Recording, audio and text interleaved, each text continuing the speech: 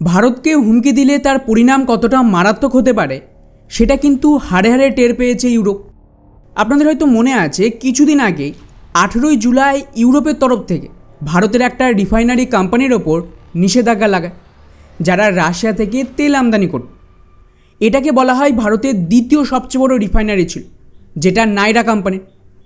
Europe কী করে, ভারতকে ভয় দেখাতে এদের ওপরেই নিষেধাজ্ঞা লাগিয়ে দেয়। এতে ইউরোপ এক ঢিলে দুই পাখি মারতে গিয়েছিল।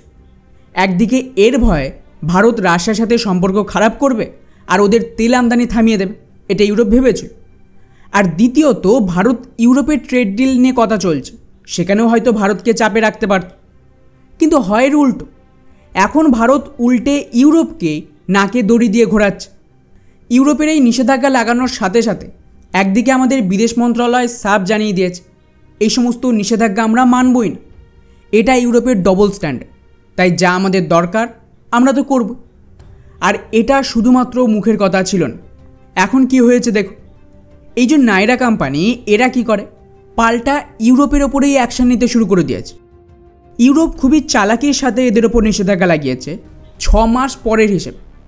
অর্থাৎ ঘোষণা তো এখন হয়ে গেছে, কিন্তু আগামী বছর 2026 সাল থেকে এই নিষেধাজ্ঞা কার্যকর হবে।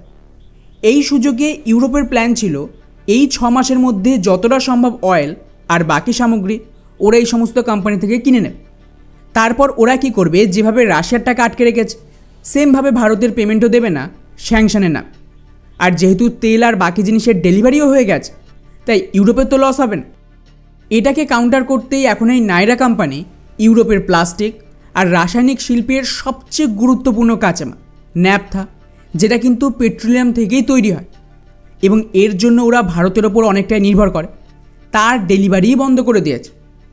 ইউরোপের জন্য যে কনসাইনমেন্ট লোড করা হয়েছিল এক টেন্ডারের আওতায়, সেটা ইউরোপের বদলে এই কোম্পানি সোজা অন্য একটা আরব দেশে বেশি দামে বিক্রি করে দিয়েছে। এতে কোম্পানি নতুন কাস্টমার পেয়ে গেল, লাভও বেশি হলো, উল্টে ইউরোপের ক্ষতি হলো। আর শুধু তাই নয়, এই কোম্পানি তো সাফ জানিয়ে দিয়েছে আমাদের এই পুরো তেল আর বাকি পেট্রোলিয়াম প্রোডাক্টের ডিমান্ড খুব বেশি, স্পেশালি এশিয়ার কিছু দেশ আর আফ্রিকার দেশগুলোতেও মারাত্মক ডিমান্ড বাড়ছে। তাই ওরা ইউরোপকে 6 মাসেও কোনো রকম তেল রপ্তানি করবেন, আর পুরো মাল আফ্রিকা এবং এশিয়ার দেশগুলিকে পাঠিয়ে দেওয়া হবে। এছাড়াও মনে করুন যে তাও এমার্জেন্সি বেসিসে কিছু ডেলিভারি ইউরোপের দরকার। উদাহরণ হিসেবে ইউরোপ মারাত্মকভাবে ডিজেল আর বাকি পেট্রোলিয়াম প্রোডাক্টের জন্য এখন ভারতের ওপর নির্ভর করে। তার জন্য ওদেরকে ভারতে অ্যাডভান্স পেমেন্ট করতে হয়। অর্থাৎ ওদের প্ল্যান ভারত আগে থেকেই বুঝে গেছে যে ভারত মাল পাঠাবে, তারপর নিষেধাজ্ঞা নামে টাকা আটকে দেবে। তাই এখন যদি কিছু কিনতে হয় তার জন্য সমস্ত পেমেন্ট আগে করতে হবে, তারপর যখন এই টাকা ভারতের ব্যাংকে পৌঁছবে তবে গিয়েই ভারত থেকে কোনো কিছু রপ্তানি হবে। ফলে স্বাভাবিকভাবে এতে কিন্তু ইউরোপ মারাত্মক ফেঁসে গেছে, কেননা ওরা এত বছর রাশিয়ার ওপর ডিজেল আর বাকি পেট্রোলিয়াম প্রোডাক্টের জন্য নির্ভর ছিল। কিন্তু রাশিয়া ইউক্রেনে হামলার পর ওরা রাশিয়ার ওপর নিষেধাজ্ঞা তো লাগিয়ে দেয়, কিন্তু এর সাপ্লাই পাবে কোথায়? আরব দেশগুলো তো 4 থেকে 5 গুণ বেশি দাম চাইছে।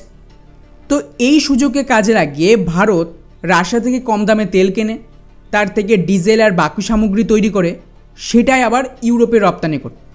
এতে ইউরোপের ইন্ডাস্ট্রি ভারতের ভরসায় টিকেছিল এবং এখন ভারত ইউরোপের কিন্তু নাম্বার 1 পেট্রোলিয়াম প্রোডাক্ট আর ডিজেল রপ্তানির দেশ। ফলে জাস্ট ভাবুন, যদি এইভাবে ভারত ইউরোপের মাল আফ্রিকার এশিয়ার বাকি দেশে পাঠিয়ে দেয়, আমাদের তো কোনো ক্ষতি হবে না, আমরা অন্য কাস্টমার পাচ্ছি। কিন্তু এর অল্টারনেটিভ ইউরোপ কোথায় পাবে? ওরা যদি আরব দেশে যায় তাহলে তো আরেক মুশকিল, মার্কেটের ডিমান্ড কমার সাথে সাথে এগুলোর দাম বেড়ে যাবে। তো এই সুযোগে আরব দেশ আরও বেশি দামে এগুলিকে বিক্রি করবে। আর যে ধরনের রিফাইনারি ক্ষমতা ভারতের কাছে রয়েছে, এত কম সময়ে এত সস্তায় রিফাইন করে ইউরোপকে অন্য কোনো দেশ ডেলিভারি দিতে পারবে না। এখন ঠেলা সামলাও, দাও ভারতকে হুমকি।